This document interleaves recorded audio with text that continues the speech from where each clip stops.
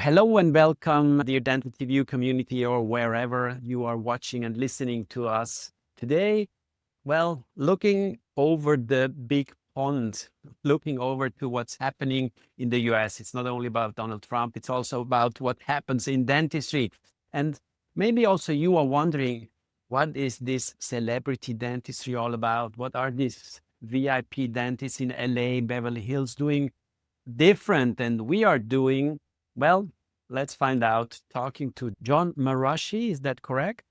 That's right. Good morning. Jon Marashi, I love his skateboard style, how he's approaching dentistry in a very natural way.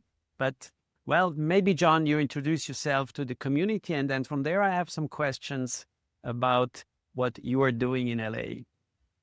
Thank you for having me on this morning or this evening for you, Alessandro. I appreciate you taking the time difference. And to anyone who's watching, hello to you. I'm Jon Marashi, and I practice cosmetic dentistry in Los Angeles, California. And I've been in California for over 21 years now practicing, and it's my home. I feel very blessed and fortunate to practice dentistry here. I actually moved here because I wanted to have the sun and an outdoor lifestyle and the ability to ride my skateboard a lot. It's something I've been doing since I was 12 years old. And as many of you know, California is is the birthplace of skateboarding. So this is where all the action happens. And I also, early in my career, I thought it would be a great place to practice cosmetic dentistry. So where are you originally from? I'm originally from Spokane, Washington. It's the northwest corner of the United States. And I moved from there to New York City to go to dental school at NYU. And so I kind of hopped over to the other side. And after spending 7 years in New York City, my heart was always calling to California. So I knew somehow, some way I was going to end up here. It's interesting, but in New York, you worked as an associate in a dental office, I assume? I did. So after I finished dental school, which, took 4 years at NYU, and that's kind of really where the journey begins, because at NYU, they started the first ever honors aesthetic dentistry program. And it was founded by Dr. John Calamia. And for those of you who don't know, John Calamia is the dentist who figured out how to get veneers predictably to stick to teeth. And he did that by creating an etched inner surface and using a silane coupling agent. So all of us who are doing this kind of dentistry, we owe him a debt of gratitude. Well, when he started that program, I was very fortunate, and I was student number one, the first student ever to get into that program. So it really started my path going down the road of aesthetic dentistry and learning about how to do these procedures and techniques. And through Dr. Calamia, he had introduced me to Dr. Larry Rosenthal, which many of you know as, one of the early pioneers in making cosmetic dentistry mainstream. And after I had completed my residency, after graduation from NYU, I was able to join his practice as an associate. And that was just an incredible opportunity because I was like 27 years old. And every day I had the opportunity to learn and participate on these complex veneer cases and full mouth reconstructions. And it wasn't just that, it was also the style of practice too, because in New York City, he was the famous dentist. And so he had a lot of very important people that came through the practice. And that's what started getting me the exposure of like, okay, if I want to have an elevated type of practice, these are the things that I would want to think about doing it on my own. So basically, you got the right preparation to jump over to the other side of the US, where, as we know, Hollywood is, Beverly Hills, high society, easy life. So that's what we see about California. But how difficult was it to start your business in LA? Basically, you were jumping into, we call it the pool of sharks, where there's a lot of sharks around and trying to get the VIP patients in their dental offices. So maybe also for the younger generation, how did you start your office in LA? What were the major struggles you had to become what you are now? So you really hit a good point. It's what did I do to become who I am now? And that's the important thing for all the young dentists to remember is that you know, the guy that you're talking to right now is not the same person 20 years ago, and 25 years ago. I was younger, less experienced, less mature, less successful, but I had a vision of where I wanted to be. And, I always tell people, if you know where you want to go, you can start heading in that direction, and you're allowed to change your mind along the way. But when I started out, and when I landed in Los Angeles and I was figuring out, okay, I want to start practicing dentistry. All right, well, how am I going to do that? All right, well, I need a practice. And as you know, there's only two ways to do it. You either start from scratch or you buy an existing practice. And I found a practice that had this old guy who had been there for 30 years and he was retiring, and the inside of the office looked like it was like 1972. I mean, it was old and run down. And I said, you know what? I wasn't concerned about what the facility looked like. I was more concerned about the location and do I have a stable patient base? And that's the most important thing, because if you're trying to pay the bills and you don't have patients in your office, you're not going to last very long. So I think oftentimes younger dentists get caught up on having like the most modern facility and all the, the high-tech instruments and materials and so forth. And, really that stuff, it's nice to have, but it's not critical when it comes to the business side of dentistry. What's important in the business side of dentistry is money coming in so you can pay your bills and survive. So having cash flow to me was really important. And, having a practice that had a good foundation of people coming in for hygiene and basic restorative care, fillings, crowns, and stuff like that. I said, okay, this thing is not going to go under. It's been here for 30 years already. Now, how am I going to elevate this? And that was the challenge. That was the challenge of how am I going to take this thing and introduce cosmetic dentistry, and how will I, win the trust of these patients, and how am I going to build it over time and establish a reputation for myself and start getting, higher net worth clients and more famous people and so forth. And that's the hardest part of the whole thing. And what I would share is that, it is not an overnight success. You just don't open your door one day and all of a sudden you have, the most famous person in the world when it comes to getting Hollywood clients and so forth. Location is really important, because if you practice in Los Angeles, because the entertainment industry is so huge, you'll get someone from entertainment. They might just be someone really low on the totem pole. Maybe they work in production and they're a production assistant or something like that. The first person from Hollywood that I ever treated on my own was an actress that was trying out to be an extra as a mermaid in one of the Pirates of the Caribbean movies. And so, we all have our humble beginnings in that point. And what you hope is that you do a good job with that person, and that they tell a friend or a family member that comes in. And, it might take even a few years before you get someone who's like on the C list. But, C, if you do it right, may turn to B. And if you do the B list really well, maybe you'll get lucky and get the A. And, that's the hardest part, is getting the first one, which, takes several years. When I moved to LA, I didn't even know anyone here. So, you're building a new life and you're trying to build your practice. And I said, okay, well, how am I going to get friends, and how am I going to get people that would want to be patients, and how am I going to get them to refer to me? And what I realized is every day sitting in front of me were really nice people. And I started making conversation with them and getting to know them as people. And you realize, like, wow, these are fantastic people. Like, I would love to have these people as my friends. And I started building friendships with all of my patients. And, dentistry, at least in the United States, has trained us, you're the doctor and here's the patient, and it's supposed to be like this, and you can't have a personal relationship. And I think that that's just wrong, 100% wrong. And it really needs to be like this, where you're equals. And as I made that an important part of my practice and an important part of my life, what I found is that I ended up building amazing friendships. All my closest friends in my life are patients that I met here at work. It's just been, from a fulfillment perspective, it's been one of the greatest joys of my life that I get to spend time with such amazing people. And as a result of that, because my intentions were pure that I really want to be friends and build relationships and spend time with these folks, the practice started growing. People started referring more. And that's really where I started getting momentum. And, what happens over time is that it's like, how they say a snowflake will turn into an avalanche, but it takes a while for it to build up. And then you have unstoppable momentum.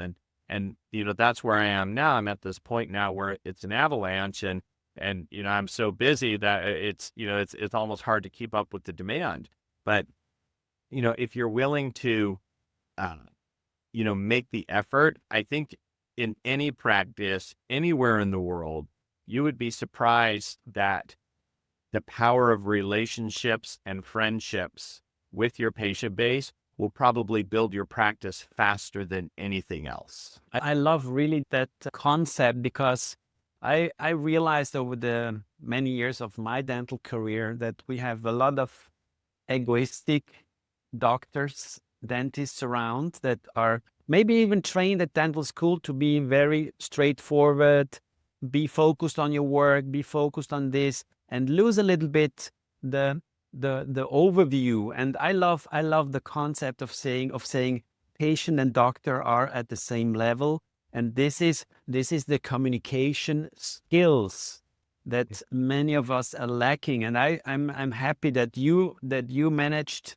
to get to this point to say, okay, now I have to learn my patient, more about my patients, get connected with them. And I also like that you're a little bit, let's say, old school, but it's not old school in the sense of word of mouth still is the number one marketing tool.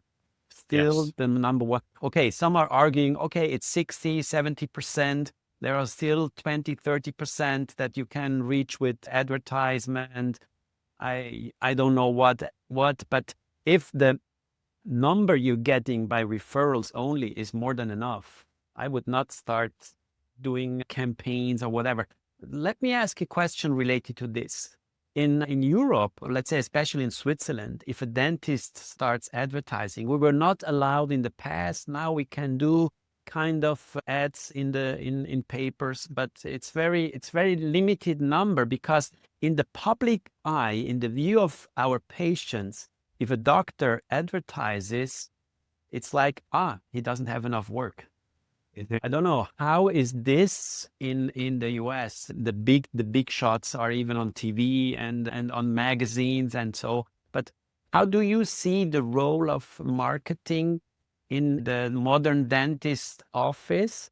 Because it also was interesting that you were saying you don't need to build the high-end marble palace with gold and all this stuff. It's more about you. It's more about you being a nice person, and that people feel comfortable when they are talking to you. And then it's not about, look, this is the latest chair, and I have in my waiting room, I have designer stuff around. But I really love this human touch that you are bringing to a dental office. But let's come back. What are your thoughts about marketing related to dental offices?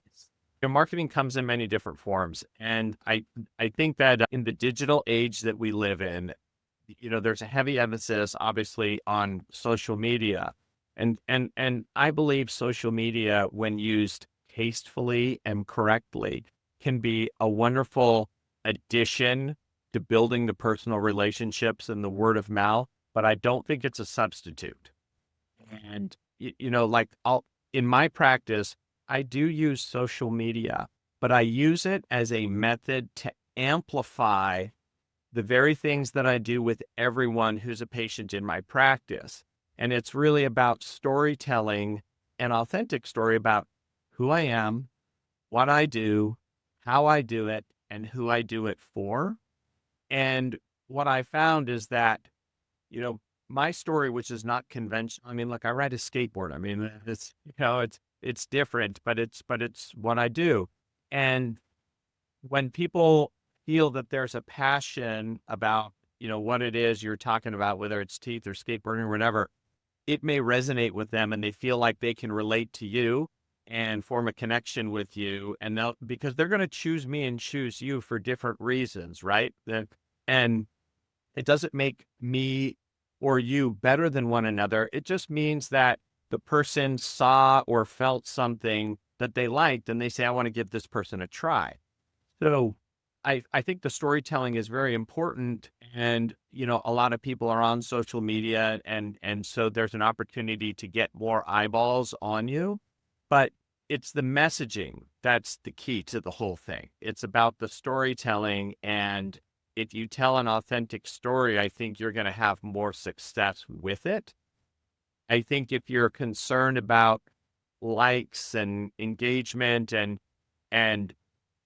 putting out, advertisements versus storytelling, then that's probably not much different than putting an ad in the newspaper, which is probably going to have limited results. So I've never thought of the social media as, like if I do this, I'll become famous, or if I do this, I'm trying to think of a better way to word this.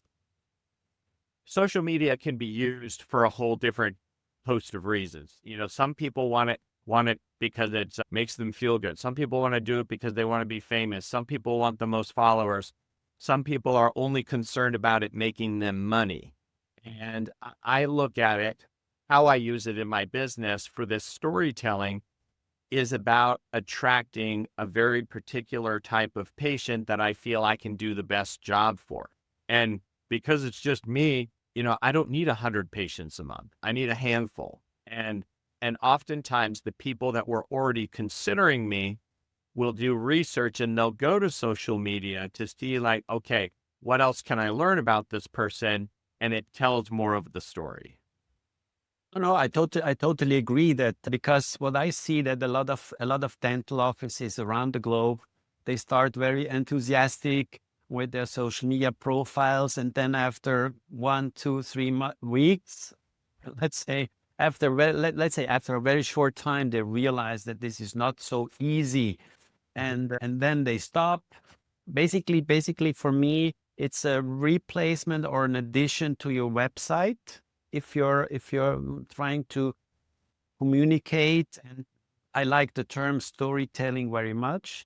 The website is more aesthetic thing. Okay, I have also a welcome video on my website. By the way, something I recommend to anyone out there to have something that is moving also on your website and not just this static stuff with some images that are the same on all the websites, but that you show up on your website as a person welcoming potential patients or existing patients, and having the social media account as an additional moving interactive element enhancing your website. And I think if you see it like that, you also remove stress from being present every second, every day, every whatever. It's different for my thing. My Instagram has nothing to do with my dental office. It's just something that I found. I want to share my passion, my fun for photography, videography with as many people as possible. So that's a different approach. I'm not promoting my dental office. For me, the word of mouth is still number one, the best. And in addition, I found this interesting. I have a patient who's a journalist, and she writes. So every 6 months, she writes an article about me. So she asks, hey Doc Alessandro, what's new in your field? And then I tell her some stories, and they say, wow, this is interesting. We need to write an article. So basically, this is also an interesting marketing that is not very proactive, but it comes from a patient. It comes, as you mentioned, from But you develop connections. a relationship. Yeah, yeah. And, this is what I try to tell dentists that, like, look, you're going to have patients that do all kinds of fun and interesting things that could actually be very beneficial for your business and your practice. But if you don't take the time to build these relationships, you'll never have an opportunity, to have a journalist who actually wants to write an article about you because you guys didn't have a connection. Yeah, absolutely. So one question I wanted to ask you is it difficult to treat VIP patients? I get asked that question all the time, and there's yes and no. Okay. So when I say no, I mean, the standards that you are holding yourself to should be no different than any other patient in the office. You have to do the work properly. You have to do it in a time efficient manner. You need to treat them well. I don't think any of those variables change, whether you're treating your next door neighbor or you're treating a really famous person. The celebrities that I take care of, generally what I have found, when they're coming to me, they're coming because they've been referred. They're like, okay, I like this guy. I think the quality of his work is really good. And the other part of it is that I don't treat them like celebrities in the practice. What do I mean by that? I'm not asking for their autograph. I don't talk to them about their work. I want to know who the person is. I know more about their family life and where they grew up and personal hobbies that they have than I do about their professional careers. Think about it. Many of the celebrities that come in, that's all they get asked is about what's happening in their professional life, because that's the public facing persona of the person. So, you know, building a personal relationship leaves work out of it. And I think for them, it's actually quite refreshing that someone is more interested in who they are as opposed to what they do. And for me, that's what's led to the development of so many friendships with these people. Well, that's interesting. That's really cool. So maybe some numbers, not financial numbers, but you're running like a solo practice, or how many people are working in your dental office? Yeah, solo practice. And, I have two hygienists working for me every day. And, I have the dental assistants and my administrative team up front. But, it's the physical size of my practice is very small. And, I don't have like 20 people working for me. It's definitely quality over quantity. I do mostly, aesthetic restoration, and that keeps me pretty busy. I'm probably much busier than I care to be, which is a quality problem. What you'll find is, and I'm not a veneer only practice, and I would like to say that too. Like, I don't do root canals or anything, but if the same person I did veneers on gets a cavity later and they need a class 1 composite on a lower molar, then I do that, because you want to continue to take care of these people. I don't want to lose the relationship and say, go find another dentist to do that. So, that's a question I've been asked too. They say, well, do you do veneers only? And I said, no, if they need a specialty procedure, then I have other specialists that I can refer to, as needed, if they needed, an extraction or orthodontics or something like that. No, that's no, because basically this is the ongoing discussion. What is the best size of a dental office? And I think we have on one side, and in the US, you have it even in a bigger amount, DSOs. So this huge companies with hundreds or thousands of dental offices working more like I don't know, a big factory.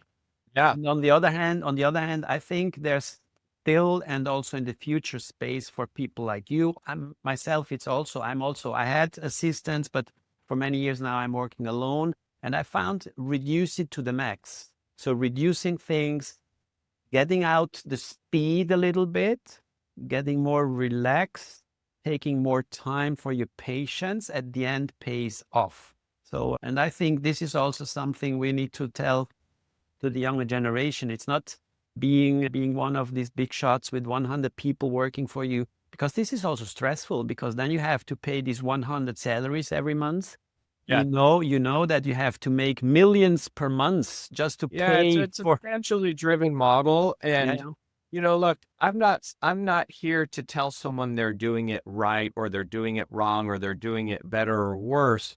What I can share is my experience with it. And, this is just one person's opinion. But I do believe I found a way that works. It's not the easiest way. I mean, it was a very difficult road and a lot of effort and time, and it's taken me, over 20 years to get to where I am. But what I've found is that I'm happy. I'm fulfilled. I'm content. I take care, like, I don't have to hop on a plane to go do dentistry somewhere else.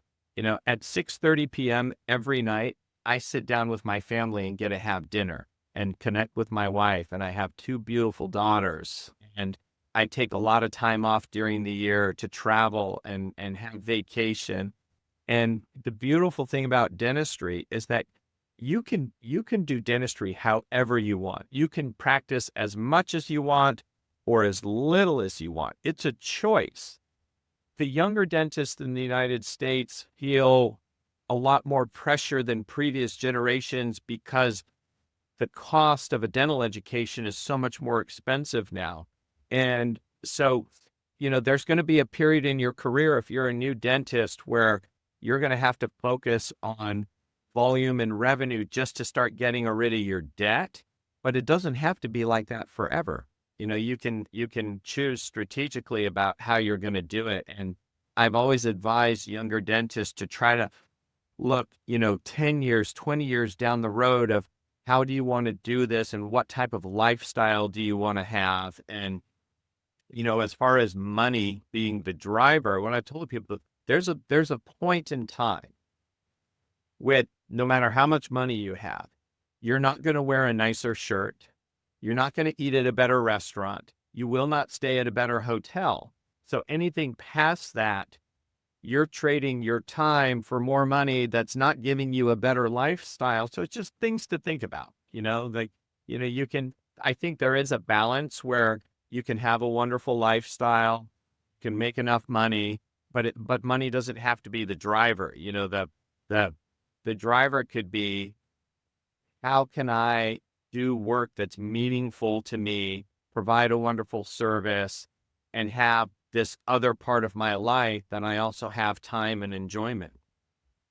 No, I really, this is in this ongoing discussion of well-being, depression, stress going around. I think this is the perfect message, not only to the younger generation. And hearing what you're saying, I'm completely with you. And also for me, it's important that I have my tight schedule that at 5 o'clock, I close the door. My office then is out of my head, and finding also, I would not call it work-life balance, because I don't like this work-life balance thing. It's organize yourself, organize your life. And as when I just see in your face that you're a happy person, and this is good to see and good to hear that it's not all dentists around the globe are depressive and stressed. I still believe that the majority of our colleagues around the globe have a passion for what they're doing, because that's why they have chosen to become dentists or doctors, to work with patients, to have this interaction. And that's why I love to do an interview with you, because you're one of the examples that showed also the younger generation that the most important thing is do what you're passionate about. Don't care too much. We all need to make money, but don't care too much about what you can achieve economically, but think what you can achieve in your personal life, and success comes with it. And I think I agree on that. And I see it with many, many, many dentists I have done interviews in over the last years, that the happy people, the passionate people are the most successful people.